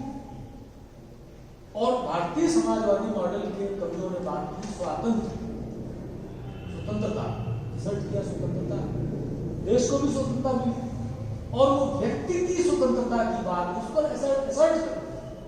विजय देवनारायण शाही लिखते हैं कि केवल समाज बदलना काफी नहीं है, व्यक्ति के बदलाव की भी बात होनी चाहिए। सोवियत संघ का जो मॉडल है वो व्यक्ति के बदलाव पर केंद्रित नहीं है, वो मनुष्य के रूपांतरण की बात नहीं करता, वो मनुष्य का जो मन है, उसकी जो आत्मा है, उसकी जो वैयक्तिकता है, उसके ट्रांसफॉर्मेशन की बात सोवियत संघ नहीं कर रहा है, केवल व्यवस्था के बदलाव की बात कर रहा है। तो व्यक्ति के स्वातंत्र पर बल दिया, तभी ना अज्ञे ने कहा आओ पार्क में बैठे और इस बात से न डरे कि लोग कहेंगे धुंधले में दुबके दो प्रेमी बैठे। इसी तरह की बातों से मुखामुखम करते हुए, मुखामुखम मराठी शब्द है, यानी आमना सामना करते हुए, मुठभेड़ करते हुए, मुक्तिबोध ने अंधेरे में कविता में लिखा स्वातंत्र व्यक्ति का वादी। जिस स्वतंत्रता की बात आप कर रहे हैं वो व्यक्ति का हिमायती है, जो शाही कह रहे हैं कि व्यक्ति की भी बात होनी चाहिए। केवल व्यवस्था बदलने से क्या होगा अगर व्यक्ति नहीं बदले। व्यक्ति के बदलाव की बात गांधी भी करते हैं कि आप बदल जाइए, व्यवस्था भी बदल जाएगी जब सब बदल जाएंगे। तो मुक्तिबोध ने कहा स्वातंत्र व्यक्ति, कहा नहीं लिखा है मेरे में कविता में, स्वातंत्र व्यक्ति का वादी छल नहीं सकता मुक्ति के मन को जन्म। स्वतंत्रता के नाम पर, व्यक्ति की स्वतंत्रता के नाम पर आप जनता की मुक्ति के लक्ष्य को दृष्टि से ओझल कर रहे हैं। मजदूर मुक्त नहीं होगा, किसान मुक्त नहीं होगा, व्यक्ति स्वतंत्र हो जाएंगे। जिसकी नौकरी लग जाएगी, जो मिडिल क्लास में आ जाएगा, वो जिससे चाहेगा उससे प्रेम कर लेगा, उससे विवाह कर लेगा, वो व्यक्ति स्वतंत्र हो जाएगा। लेकिन समाज परतंत्र ही रहेगा, जो कि आप देख रहे हैं। इसलिए मुक्तिबोध ने कहा कि मुक्ति अकेले में नहीं है। मुक्ति अगर होगी तो संपूर्ण समाज की होगी, अकेले में किसी की मुक्ति संभव नहीं। स्वतंत्र व्यक्ति का वादी, वादी मीन्स उसका समर्थक है, व्यक्ति का समर्थक है, व्यक्ति का हिमायती है, फ्रीडम। इसी को कहते हैं आधुनिकतावादी विचार। ये थी आधुनिकतावादी विचारधारा की। स्वतंत्र व्यक्ति का वादी छल नहीं सकता मुक्ति के मन को जन्म। बेसिक चीज उन्होंने कहा कि बेसिक जो इकाई है समाज की वो व्यक्ति नहीं है, जन है। उसी के आधार पर वो विचारधारा बनी जनवादी विचार। कहा गया जन जन जन मतलब सबसे गरीब, सर्वहारा, सबसे विपन्न जो समाज की यूनिट है वो जन, व्यक्ति नहीं। तो एक चला जनवाद, साम्यवाद और मार्क्सवाद, और दूसरी धारा चली आधुनिकतावाद की, जिसके लीडर कभी हुए थे, उसी में धर्मी बात हुई। हाँ, उसमें रघुवीर सहाय आए। लेकिन बड़ा रचनाकार क्या होता है? बड़ा रचनाकार विचारधाराओं के चौखटों को उनका अतिक्रमण करना। जैसे मुक्तिबोध ने अतिक्रमण किया। आप पढ़िए सबसे बातों से जो भूमिका लिखी है, उनका जो संग्रह आया चांद कर्म टेढ़ा, उसकी एक भूमिका लिखी समझे, वो मुक्तिबोध में लिखा गया बेस्ट माना है। अगर आपको मुक्तिबोध पर सबसे अच्छा कोई राइटर पढ़ना है तो सबसे भूमिका पढ़े। उसमें वो कहते हैं कि मार्क्सवाद और आधुनिकतावाद है प्रयोगवाद, प्रगतिवाद और प्रयोगवाद, दोनों के तत्वों का सर्वश्रेष्ठ लेकर मुक्तिबोध ने अपने व्यक्तित्व को तैयार किया। मुक्तिबोध इससे भी सामग्री आधुनिकतावाद। आगे की धारा में भी जो कविता में प्रयोग हो रहे थे, राहों का अन्वेषण हो रहा था, उससे भी वो ले लेते हैं सब अपनी कविता में, फैंटेसी के प्रयोग करते हैं। और मार्क्सवाद से वो ले लेते हैं जन्म की अवधारणा, मुक्ति की अवधारणा, लिबरेशन होना चाहिए। ये संसदीय लोकतंत्र, इससे मुक्ति नहीं होती, सर्वहारा की मुक्ति होनी चाहिए। पढ़िए आप कविता उनकी। इस देश में जिंदा जला दिया गया उन्हें, इस देश में संसद लगती है, ये जो पंक्ति लिख रहे हैं आलोक वर्मा, तो उसका अर्थ यही है कि क्या संसद है इसमें स्त्रियां जिंदा रहे, लेकिन वो क्या था जो जलाकर भी नष्ट नहीं किया जा सका, वो क्या था उनके होने में। ये उसमें कविता इसलिए रोमांच पैदा करती है ना, कि जो औरतें जिंदा जलाती हैं वो क्या था उनके होने में। अब भागी हुई लड़कियां कविता पढ़ी, पर तो मेरे पास फोन आती है कि एक स्त्री का फोन आया था कि अगर विवाह के पहले पढ़ लेती तो मैं भाग जाती। अगर वो कविता मैंने विवाह पहले पढ़ी होती तो कहा कि मैं विद्रोह करती हूँ अपने परिवार से और अपनी मर्जी का विवाह, इतनी ताकत देती है। वो तो प्राइम टाइम में दिखाई नहीं गई कि भागी हुई लड़कियां। रवीश कुमार ने उसका पाठ किया, आप पढ़िए, आपको बहुत प्रभावित करेंगे। तो अंततः क्या हुआ कि वो ठीक है, हर चीज का एक समय होता है, प्रयोगों का समय होता है। मुझसे लोग कहते हैं कि उसकी पराजय हुई, साम्यवादी हुई, तो मैं कहता हूँ किस विचार की पराजय नहीं हुई? गांधीवाद की पराजय हुई कि नहीं हुई? पूंजीवाद की जय हुई, गांधीवाद की पराजित आज की तारीख।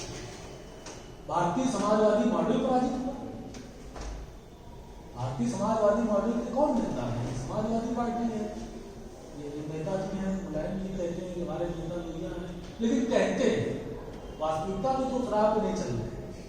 नीतीश कुमार है समाजवादी जितने हैं वो सब अब पूंजीवादी लोकतंत्र के मॉडल को अपना लिया है, उसके फॉलोअर बनते हैं। तो न तो गांधीवाद विजयी हुआ, न भारतीय समाजवादी मॉडल की विजय हुई, न मतलब उसकी विजय हुई, क्या नाम है, मार्क्सवाद की। ये समय आदर्शों का नहीं समय है, आदर्शों में तो पराभव का समय है, सपनों का समय नहीं है। सपना जो देखा गया था मुक्ति का, पूरे विश्व की मनुष्यता की मुक्ति का जो स्वप्न देखा गया था, वो स्वप्न का शिलाला बिखर चुका है। और आपने जो प्रश्न किया उदारता, वो क्या है?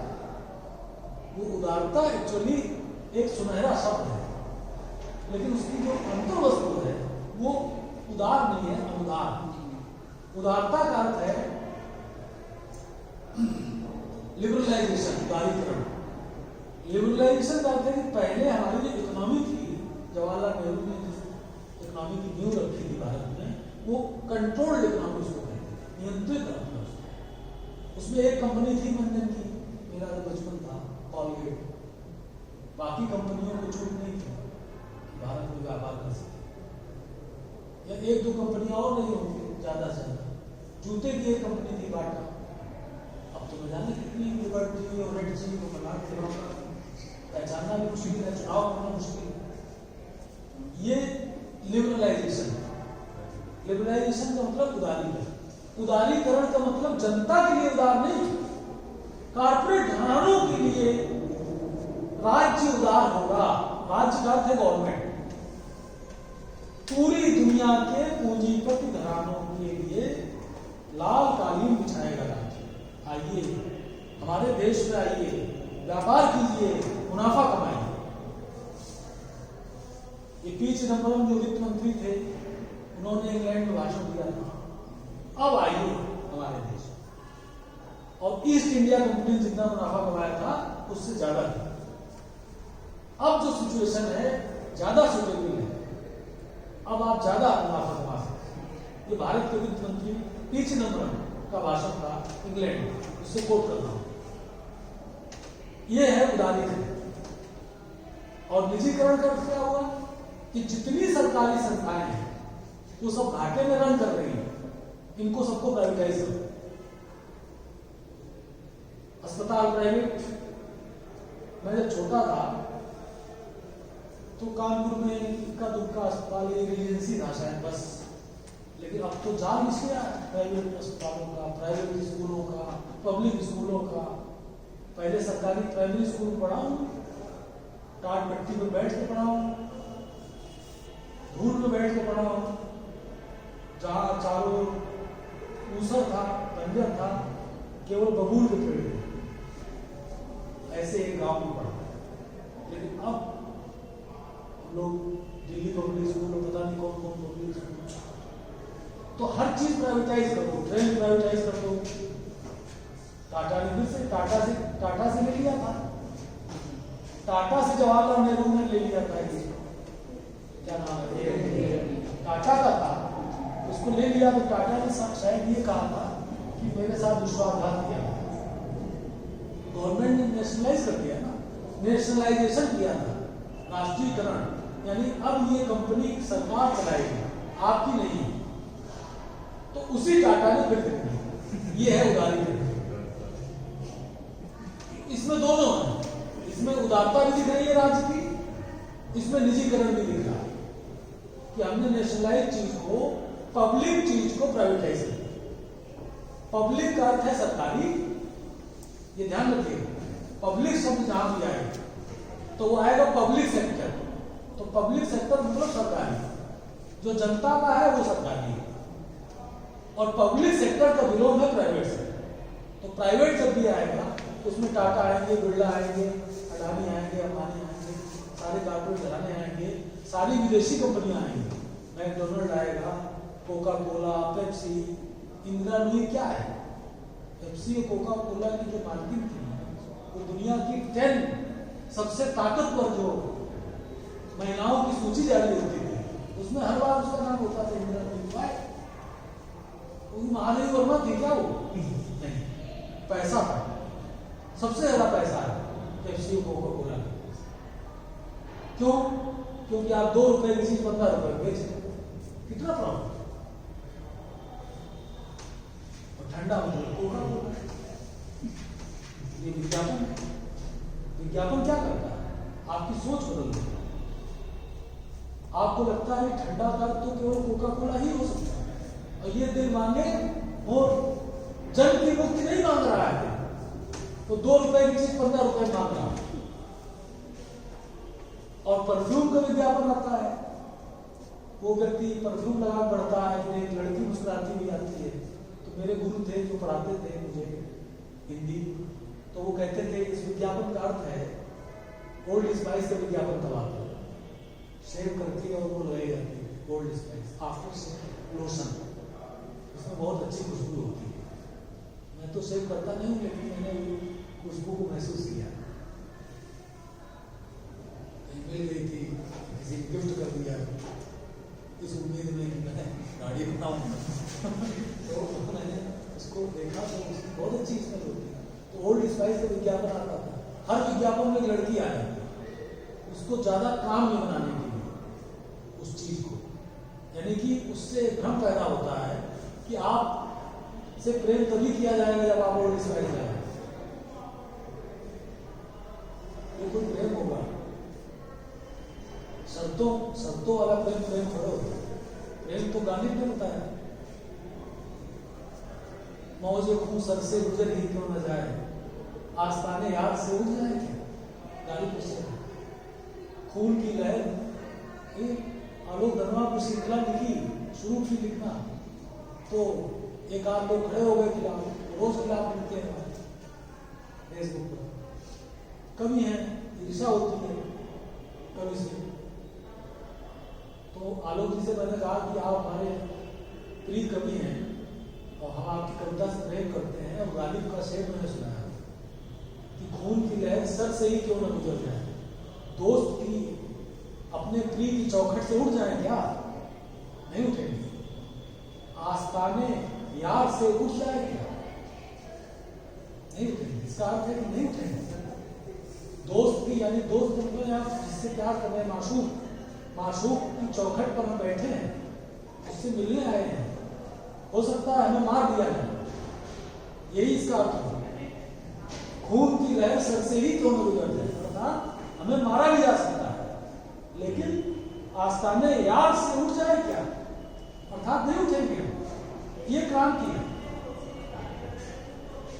तो मेरे ख्याल से मैंने वो चीजें आपके सामने स्पष्ट कर दी हैं, यानी कि ईश्वर की विदाई, स्त्री के प्रति बदला हुआ क्रांतिकारी नजरिया, वो पिछली क्लासेस में हो चुका, और आज मैंने दोनों ध्रुव आपके सामने स्पष्ट किए, एक साम्यवादी ध्रुव, दूसरा भारतीय समाजवादी मॉडल जो संसदीय लोकतंत्र को मान्यता देता था लेकिन व्यक्ति की स्वतंत्रता पर असर करता था, और साम्यवादी मॉडल जन की मुक्ति पर असर करता।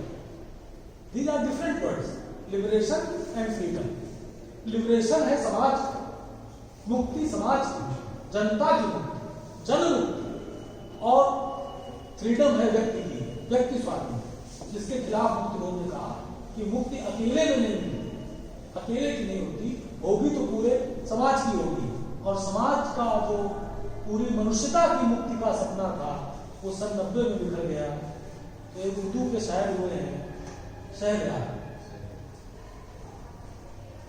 तो शहरयार की एक नज्म है, मैं इससे नहीं पढ़ने जा रहा हूँ, तो मुझे सब याद है, और उस पर उन्हें साहित्य अकेडमी अवार्ड मिला था। किताब आई थी सन 90 से सन 2000 के बीच में। ये वही शायर हैं जिन्होंने उमराव जान के मशहूर गाने, गजलें लिखी हैं, कमाल की गजलें हैं। उमराव जान फिल्म जो बनाई मुजफ्फर अली ने, उसकी जो गजलें हैं वो इन्होंने लिखी हैं। मुश्किल नहीं है कुछ भी अगर ठान लीजिए, ये गजल है ना।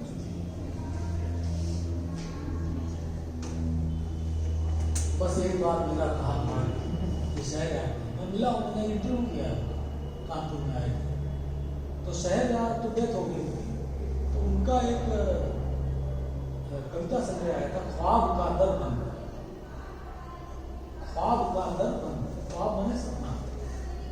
तो ये सपने का पीरियड था। जो 20वीं सेंचुरी थी, 20वीं शताब्दी, उसने जन साधारण की बल्कि समूचे समाज की मुक्ति का सपना देखा और वो सपना सन 90 में निकल गया। एक फिल्मी गीत में है ना कि इस दिल के टुकड़े 1000 हुए, कोई यहाँ गिरा दो वहां गिरा वाली नौबत आई और वो सपना बिखर गया। उसको कहा गया है विचारों की भाषा में मेटा नैरेटिव, हिंदी में कहते हैं महाआख्यान। तो मेटा नैरेटिव बिखर गया और छोटे छोटे आख्यानों का समय आया। स्त्री विमर्श, दलित विमर्श, ये छोटे नहीं थे, छोटे में किसी खराब अर्थ में नहीं गया। सबाल्टर्न डिस्कोर्स और फेमिनिज्म और दलितवाद, ये मुक्ति की बात तो करते हैं, लेकिन एक सेक्शन की मुक्ति की बात है, दलितों की मुक्ति, नारी की मुक्ति और फिर सबाल्टर्न सेक्शन, उसकी मुक्ति। हाशिए पर जो समाज है, ट्रांसजेंडर है, किन्नर है, उनको भी मिलना चाहिए, अधिकार मिलने चाहिए। तो अधिकारों की बात होती है, लेकिन टोटलिटी में नहीं होती। तो फ्रेगमेंट्स हो गए, फ्रेगमेंटाइजेशन हो गया। उसको मतलब ये महाआख्यान में मेटा नैरेटिव का समय तो खत्म हो गया, सपना नहीं रहा। अब कोई बात करता है क्या सपने की? नहीं करता है। एक विधायक नहीं जीता कम्युनिस्ट पार्टी का वहां बंगाल में चुनाव हुए थे, एक विधायक नहीं जीता। ममता बनर्जी जीती हैं, लेकिन उनका भी मॉडल क्या है? वही है पूंजीवादी लोग, उनका भी वही है। उन्होंने जिसको हराया उसका भी वही मॉडल, कांग्रेस का भी वही मॉडल, बीजेपी का भी वही मॉडल, थोड़ा बहुत फर्क है। व्यंग्य में कहते हैं कि Congress with cow is BJP, या Congress with Ram Mandir is BJP, Congress plus हिंदुत्ववाद इज बीजेपी, ऐसे कहते हैं। लेकिन जो बुनियादी चीज है, बुनियादी चीज तो आर्थिक व्यवस्था होती ना, अर्थव्यवस्था। तो अर्थव्यवस्था का जो नजरिया है वो इन सभी पार्टियों का एक, उसकी शुरुआत किसने की? उदारीकरण की और बीजेपी, मनमोहन सिंह ने की, कांग्रेस गवर्नमेंट ने की, पीवी नरसिंह राव सरकार ने की, और उसको फॉलो किया जा रहा है आज तक।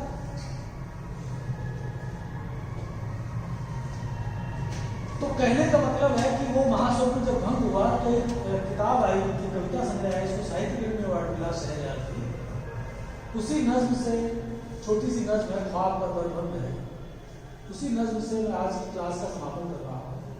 मेरे ख्याल से कविता वाला जो आधुनिक काल के काव्य का जो प्रसंग है वो मैंने कंप्लीट कर दिया है और कल से गद्य पर बात करेंगे। और नज्म है, आज रात ने फराहम किया मेरे लिए एक नया मरहला। रात ने फराहम किया मैंने सौंप दिया, मुझे दिया मेरे लिए एक नया मरहला, मरहला मैंने मंजिल। रात ने मुझे नई मंजिल सौंप दिया। क्या मंजिल है? नींदों से खाली किया। नींद नहीं, अगर नींद लिखते तो फिर क्या बड़ी कविता होती। नींदों से खाली किया।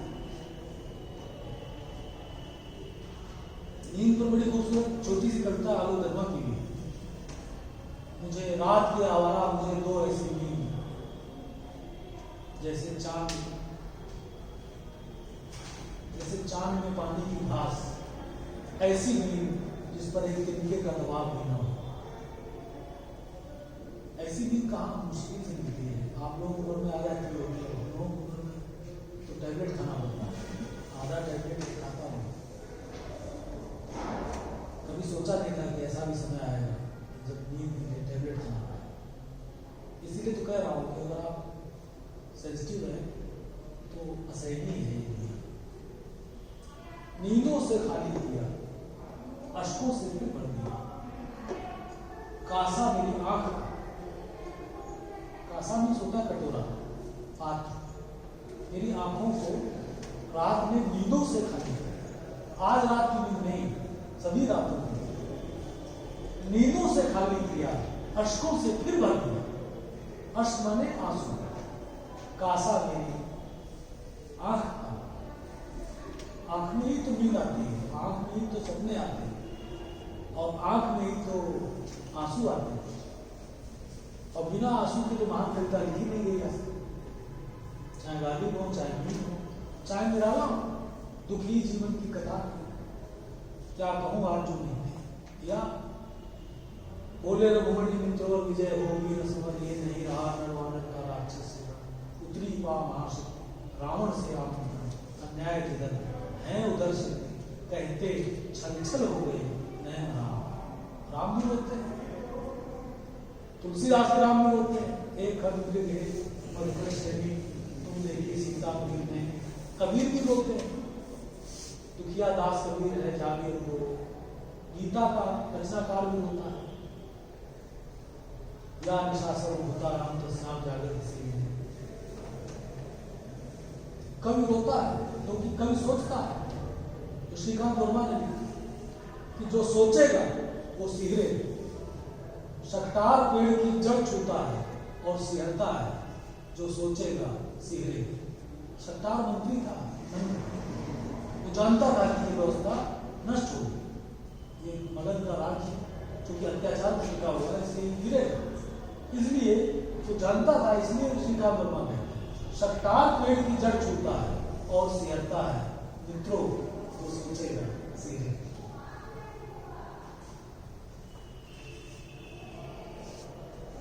और जो बचेगा, ये भी श्रीकांत वर्मा की मशहूर लाइन है, जो बचेगा कैसे बचे, चाहता तो बच सकता था मगर कैसे बच सकता था, जो बचेगा कैसे बचेगा। ये सबसे मशहूर पंक्तियां हैं और उनका सबसे मशहूर कविता संग्रह है मगध, और वो कांग्रेस पार्टी के महासचिव थे इंदिरा गांधी के शासनकाल में। आज के जो मान लीजिए जो जितने ताकतवर अमित शाह में है उतने ताकतवर है श्रीकांत, और कवि भी थे, लेकिन फिर वो मोहभंग हो गया उनका राजनीति से, तब उन्होंने किताब लिखी। और सत्ताधारी पार्टी का महासचिव, इसका इलाज कैंसर का राजीव गांधी ने अमेरिका में कराया सरकारी खर्चे, उस महासचिव ने लिखा कि कौशल में विचारों की कमी है, कौशल अधिक दिन तक नहीं टिक सकता। कौशल वहां देश का प्रतीक है, भारत की जो व्यवस्था चल रही है इसमें विचारों की कमी है। ये तो मुझसे कहा कि आलोक धनवा ने बातचीत में, जाते जाते अंतिम संग्रह का नाम होता श्रीकांत वर्मा ने मगर जाते जाते एक महान संग्रह श्रीकांत वर्मा ने दिया, उसके पहले की उनकी कविता उतनी इंपॉर्टेंट नहीं। तो उन्होंने उसमें लिखा कि अब मगध में शासन नहीं है। आज भी ये पंक्तियां प्रासंगिक हैं। मगध में शासन नहीं रहे, जो थे वे मदिरा, प्रमाद और आलस्य के कारण इस लायक नहीं रहे कि हम उन्हें शासक कह सकें। मगध अब कहने को मगध है, रहने को ये मतलब बड़ी कविता। अब कहने के लिए मगध, यही आलोक धनवा कहते हैं, उनकी कविता है सफेद रात। उसमें कहते हैं भारत में जन्म लेने का मैं भी कोई मतलब पाना चाहता था। अब वो भारत भी नहीं रहा जिसमें जन्म तो 1948 में हुआ था उनका। वही बात कह रहे हैं, अपने ढंग से कह रहे हैं, अपने शिल्प में कह रहे हैं कि जिस भारत का सपना भगत सिंह ने देखा, चंद्रशेखर आजाद ने देखा, सचिंद्रनाथ सान्याल ने देखा, हिंदुस्तान सोशलिस्ट रिपब्लिकन आर्मी बनाई थी इन लोगों ने, इन क्रांतिकारी, और उसका एक संविधान था, और उसमें आजादी के बाद एक सपना देखा गया कि ऐसा समाज होगा जिसमें कोई गरीब नहीं होगा, जिसमें कोई आर्थिक विषमता नहीं होगी, जिसमें किसानों और मजदूरों की मुक्ति हो। तो वैसा तो नहीं हो सकता, उसकी जगह ये आ गया पूंजीवादी लोकतंत्र, कैपिटलिज्म की विजय हुई। कहा तो तय था चरागा हर एक घर के लिए, यही तो दुष्यंत बात है, हर घर के लिए चिराग तय था, और कहा चिराग मैसर नहीं, तो शहरयार ने फिर लिखा, जिसको मेटानेरेटिव मैंने कहा है, हिंदी में महाआख्यान कहा जाता है, उसके लिए एक और शब्द है, वो भी ध्यान रखिएगा। वो शब्द है महास्वप्न। महास्वप्न बिखर गए।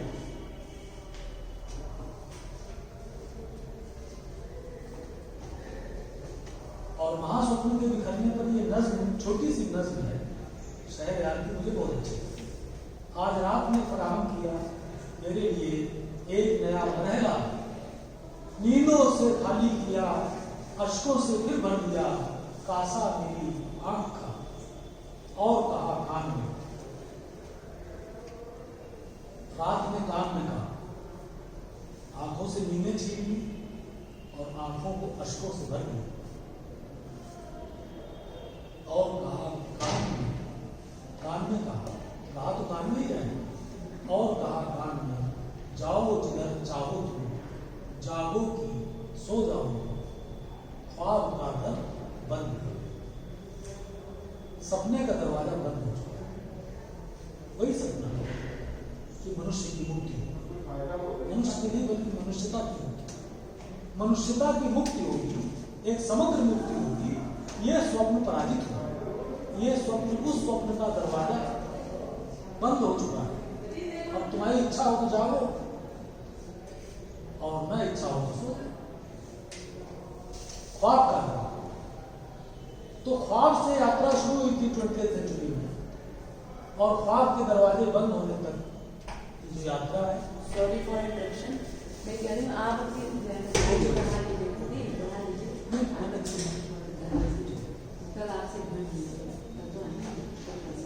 नहीं, लेकिन मैं समाप्त कर दिया ना, इसी आपके आने पर कुछ नहीं वो तो सब ठीक है, तो आप चल रहे हैं। हाँ, क्योंकि जो है कल भी अभी आप इन लोगों को भी तो मुक्ति चाहिए। बल्कि कुछ नहीं, लेकिन एक जो सार्थकता वो रहती है।